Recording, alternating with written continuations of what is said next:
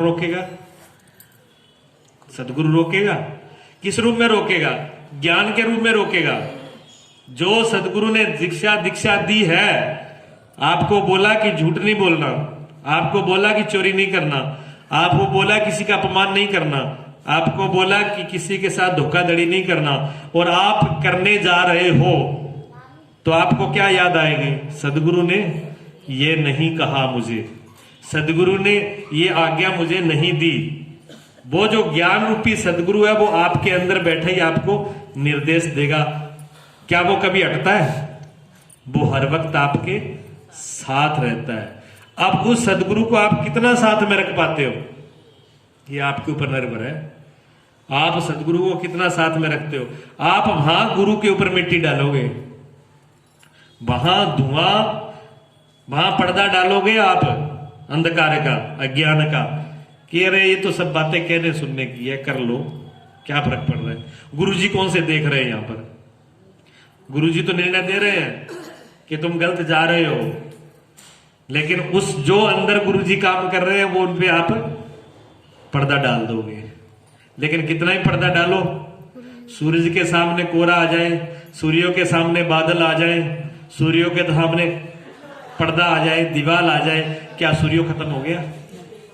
सूर्य छिप जाता है तो सूर्य मर जाता होगा, सूर्य तो मर जाता होगा ना जब सूर्य छिप जाता है। सुबह इधर था, शाम को इधर है, और फिर उज्जवल हो जाएगा, मर गए, सुबह पैदा होंगे। क्या सूर्य अपनी दृष्टि में कभी मरते हैं? किसकी दृष्टि में मरते हैं? अपनी दृष्टि। किसकी दृष्टि में मरते हैं सूर्य? बताइए। सूर्यो अज्ञान की दृष्टि में मरते हैं, सूर्यो अज्ञानी की दृष्टि में मरते हैं। अज्ञानी पुरुष ये कह सकता है कि सूर्य खत्म हो गया, अज्ञानी पुरुष ये कह सकता है कि सूर्य डूब गया, अज्ञानी पुरुष कह सकता है कि सूर्य अंधकार में आ गया। न तो सूर्य ने कभी अंधकार देखा, सूर्य के पास अंधकार होता है कभी, और ना ही कभी सूर्य ने अपने आप को छिपा हुआ देखा। सूर्य अपने आप में हमेशा ही पूर्ण रहता है।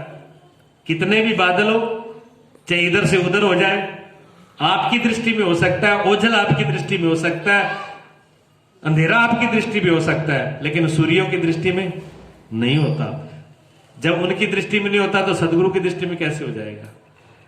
सदगुरु का कब ओझल हो जाएंगे, कब दूर हो जाएंगे? बताइए आप। किसी भी क्षण हमसे दूर हो नहीं सकते, हर वक्त हमारे साथ रहते हैं, और आप भी नहीं हो सकते, आप उनसे भिन्न नहीं हो। आपका भी कभी मरना होगा नहीं। भजन बोला था, जगत में कोई नहीं परमानेंट। मैंने कहा परमानेंट है, परमानेंट के लिए तो ये मिला है, सेंट लगाने के लिए नहीं मिला, परमानेंट होने के लिए मिला है।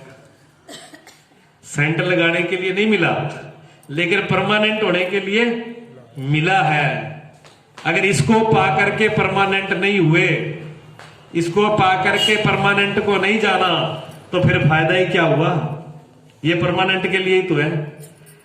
आपका जैसे सूर्यों का होना कभी भी किसी भी काल में नहीं होता, इसी प्रकार आपका भी न होना किसी भी काल, किसी भी परिस्थिति में नहीं होता। बता दिए, जब आप सो जाते हो, क्या तब आप नहीं होते? फिर सपना कौन देखता है? आपके सोने के बाद अगर आप गायब हो गए तो सपना किसने देखा? सपना देखने वाले आप थे। आप कहोगे कि हम तो गहरी नींद में गायब हो गए थे, तो गहरी नींद में सुबह उठ करके कौन बता रहा है कि बहुत गहरी नींद में सोए? तो उसका स्मरण कौन करा रहा है? इसलिए गहरी नींद में भी आप थे, अभी भी आप हो, बचपन में भी आप थे, युवा में अवस्था में भी, वृद्धावस्था में भी। ऐसी कौन सी अवस्था है जब आप नहीं थे? बताइए। आप तो हर वक्त हो। जब आप हर वक्त हो तो क्या मृत्यु आपको आपसे छीन लेगी? मृत्यु आपको आपसे नहीं छीन सकती। इसलिए आप काल से परे हो, आप महाकाल हो। इस समय से आप समयतीत हो सकते हो, इस समय से पार जा सकते हो। अगर इस समय का सदुपयोग किया आपने, तो आप समय से बड़े हो जाओगे, समय आपका कुछ नहीं बिगाड़ पाएगा। अगर समय को उपयोग नहीं किया तो समय ही आपको मिट्टी में मिला देगा, क्योंकि आपने समझा ही नहीं उसको। तो सदगुरु विष्णु है सतोगुण के रूप में, जो आपके साथ में ज्ञान रूप में हमेशा साथ में रहते हैं, शांति रूप में हमेशा साथ में रहते हैं, आनंद रूप में हमेशा साथ में रहते हैं, लेकिन आप फिर भी छाती पीटते हो। शांति कहां है? आनंद कहां है? हमको तो कुछ समझ में ही नहीं आता, क्या करें? क्यों? क्योंकि सदगुरु को आपने बुलाया, सदगुरु को आपने बुलाया। जब जब मेरी बात को याद रखना, 2022 में इसमें एक ही सूत्र याद रख लेना कि जब जब भी हम आनंद, शांति और ज्ञान से ओझल हो, समझो हम सदगुरु से दूर हो रहे हैं। और जब जब सदगुरु से दूर होगे, तब तब आपको काल और माया घेरेगी, आप दुख और पीड़ा से बच नहीं पाओगे। जब जब सदगुरु आपके साथ में रहेगा, दुख, काल, पीड़ा, बेचैनी, अशांति आपके पास में आ नहीं सकती।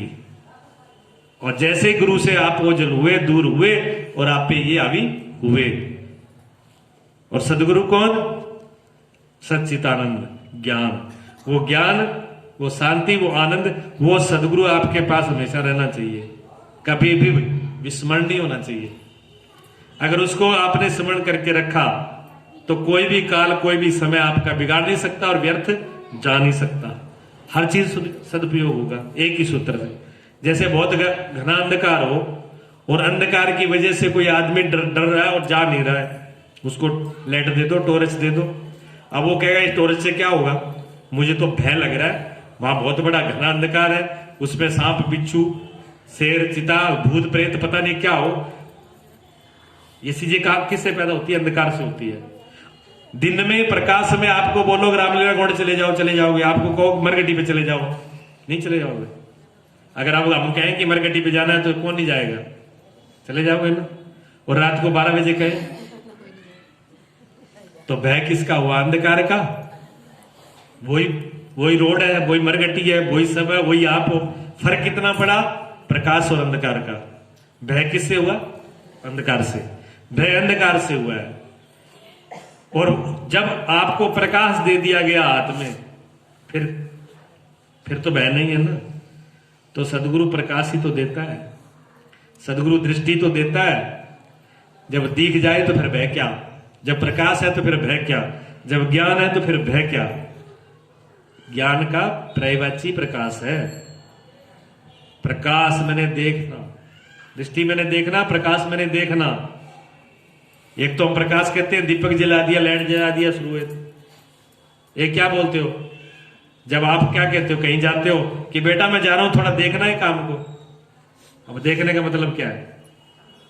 उसको समझना है, ध्यान रखना है उस पर, उसको समझना है, उस पर ध्यान रखना है। वही तो है, वही तो देखना हुआ। और क्या हुआ? वही प्रकाश है। प्रकाश इस अर्थ में, ये नहीं कि सतगुरु ने कहा कि आप ध्यान लगाओगे, जब देखो प्रकाश हो जाएगा, लाइट आ जाएगी, वो सूर्योदय हो जाएंगे। ये मतलब नहीं है, ये मतलब नहीं है प्रकाश का। ध्यान का मतलब, प्रकाश का मतलब वो चीज आपके ज्ञान में है। तो सदगुरु का दूसरा स्वरूप क्या है? ब्रह्मा जी, विष्णु, सतोगुणी, ज्ञान का स्वरूप जो संभालता है। और तीसरा रूप भगवान शिव का है। माता यहां पर फेल हो जाती है, माता यहां पर फेल होती है। हालांकि बोल दिया कई जगह भी पहली गुरु मां है और मां बहुत कुछ देती है, लेकिन जब यहां बात आती है तीसरे गुण पर तो मां फेल हो जाती है जी। मां जन्म भी देगी, मां पालेगी भी, 2 गुणों में परिपूर्ण है, ठीक है ना। लेकिन जब बात आती है तीसरे गुण की, तमोगुण की, विनाश करने वाली, मिटाने वाली, मिटाने का काम मां का वश का नहीं है। मां अपनी ममता और मोह में गिर जाती है, वो बच्चे को ऊपर सख्त नहीं होती। अगर मां बच्चे के ऊपर सख्त हो, भगवान शिव की तरह त्रिशूल तैयार हो, तो शायद और कहीं शिक्षा लेने की जरूरत नहीं पड़ेगी बेटे को, मां ही उसको शिक्षित कर देगी। लेकिन मां अपनी मोह ममता के अंदर आकर जो दुर्गुण है, जानती है अपने बेटे में दुर्गुण है, जानती है अपने बच्चे में कमी है, लेकिन फिर भी सख्त नहीं होती। उनको ऊपर पर्दा डालेगी, उनको छुपा करके रखेगी, उनको बचाएगी। अगर मां जब इस निर्णय पर आ जाए तो वास्तव में मां फिर गुरु है। मां अगर इस रोल में आ जाए तो फिर गुरु की जरूरत नहीं पड़ेगी, फिर गुरु का काम मां ही कर देगी। मां जरूरत पड़ती है, क्यों? मां निर्मोही नहीं हो पाती। सदगुरु निर्मोही होता है, सदगुरु निर्मोही होता है। सदगुरु ये नहीं कि करुणावान नहीं होता, ये नहीं है कि दयावान नहीं होता, ये नहीं है कि कृपावान नहीं होता। कृपालु भी होता है, दयालु भी होता है, करुणावान भी होता है, लेकिन मोही नहीं होता, निर्मोही होता है। मां निर्मोही नहीं हो पाती। जिस घड़ी मां निर्मोही हो जाए, उस घड़ी दुनिया में मां से बड़ा गुरु कोई नहीं है। ये पॉइंट साथ में जोड़ना है सूत्र को। कहते हैं लोग, बहुत से बोलते हैं, कथावाचक में भी बोल देते हैं, मां से बड़ा गुरु कोई नहीं है। मानते हैं हम, अगर मां से बड़ा गुरु कोई नहीं होता तो मैं सन्यास नहीं लेता, मैं घर बार छोड़ करके सदगुरु की शरण में आता नहीं। मैं खुद प्रमाण हूं इस बात का। मां के अंदर ममता थी, मां वो सत्य को स्पष्ट रूप से नहीं दिखाती। मां ने बात, हाँ मां का बहुत बड़ा अधिकार है, मां ने जन्म दिया है, मां ने पाला पोसा है, मां ने शिक्षा भी दी है। इसमें खून, नस नस में जो खून दौड़ रहा है वो भी मां का ही है। उसको नहीं बुलाया जा सकता, उसको नहीं ठुकराया जा सकता। लेकिन सदगुरु की जो महत्ता है वो प्रमाणित है। सदगुरु निर्मोही होता है इस अर्थ में कि जो आपके दोष हैं उनको मिटाने के लिए दया नहीं आएगी। फिर क्या हो रहा है, कितना आप कष्ट झेल रहे हो, कितनी आप पीड़ा झेल रहे हो, कितने आपको तकलीफ हो रही है, फिर गुरु उस पर ध्यान नहीं देता। गुरु का ध्यान ये की होता है कि ये स्वस्थ कैसे हो जाए, ये अच्छा कैसे हो जाए। डॉक्टर के पास जाते हो ना, डॉक्टर कहता है आपका पित्ता खराब है, ऑपरेशन करेंगे, बाहर निकालेंगे। अब ऑपरेशन करोगे, फाड़ना पड़ेगा, पेट फाड़ देंगे और एक अंग निकाल के बाहर कर देंगे। मां को कहो, वैसे तो मां डॉक्टर हो, मां को कहो कि अपने बेटे का, अपनी बेटी का ऑपरेशन करके और पित्ते को बाहर निकाले, निकालेगी? नहीं निकालेगी, नहीं निकाल पाएगी, आंखें बंद हो जाएंगी। क्योंकि मेरे की जो ममता है, मेरे पने की जो ममता है वो बीच में दीवार है। मेरे पने की ममता दीवार है, वो वहां तक जाने नहीं देगी। और डॉक्टर तुरंत उसको फाड़ करके बाहर निकाल देता है। ये बताइए डॉक्टर बुरा है कि अच्छा है? अच्छा है। अगर अच्छा नहीं होते तो आप साथ में उसको माया भी देते हो, पैसे भी देते हो, पेट भी फड़वा लेते हो, अंग भी निकाल के बाहर कर देता है। तो वे कहते हैं डॉक्टर बड़ा अच्छा था, भगवान भला करे। डॉक्टर क्या था? भगवान ही था। क्यों? उसने आपको स्वास्थ्य दिया, जिंदगी दी। सदगुरु ऐसे ही काम करता है, सदगुरु डॉक्टर की तरह काम करता है। वो निर्दयी होता है। जब आप पे दुख आता है, पीड़ा आती है, परेशानी आती है, आप एक ही बात शिकायत होती है, हम पे ये परेशानी क्यों आ रही है। हम भगवान का भी स्मरण करते हैं, हम धर्म पे भी चलते हैं और हम सदगुरु की आज्ञा का पालन भी करते हैं। फिर भी मुझे कष्ट हो रहा है, फिर भी मुझे कष्ट हो रहा है। गुरु को दया आनी चाहिए ना। वो गुरु तो दया कर रहे हैं, और क्या वो कष्ट जो आ रहा है वो गुरु की दया ही तो है। पता नहीं कितने जन्मों का, कितने अनंत जन्मों का जो हम इकट्ठा करके बैठे हैं और कितने जन्मों में भुगतना है, वो शायद थोड़े क्षणों में पार हो जाए। हमको सबसे आजाद करवाना है, छुड़ाना है। तो मिटाने के लिए हमारे बुरे कर्मों को, हमारी बुराइयों को, हमारे अवगुणों को मिटाने के लिए सदगुरु क्या है? भगवान शिव तमोगुणी स्वरूप है। तीनों गुण हो गए। तो यहां तक तो महादेव रहे, लेकिन गुरु का गुरु ब्रह्मा विष्णु शिव इनसे भी बड़े हैं, इनसे भी बड़े हैं। तो का परब्रह्म, जो परम सत्ता परमात्मा, यानी गुणों के होते हुए भी, गुणों को बरतते हुए भी, गुणों का संयोजन करते हुए भी सदगुरु निर्गुण है और निर्गुण का ज्ञान करवा देते हैं। आपको सगुण से निर्गुण तक ब्रह्मा विष्णु शिव कोई नहीं लेके जाएगा। कितनी पूजा कर लो आप, पूरे जन्म जन्मांतरों तक आप शिव की पूजा करो, विष्णु की पूजा करो, भगवान शिव की पूजा करो, लेकिन रहोगे आप गुणों के अंदर। आप बेकुंठ जा सकते हो, ब्रह्मलोक जा सकते हो, गोलोक जा सकते हो, शिवलोक जा सकते हो, लेकिन तीनों गुणों से आजाद करके परब्रह्म परमात्मा की प्राप्ति बिना सदगुरु के होगी नहीं।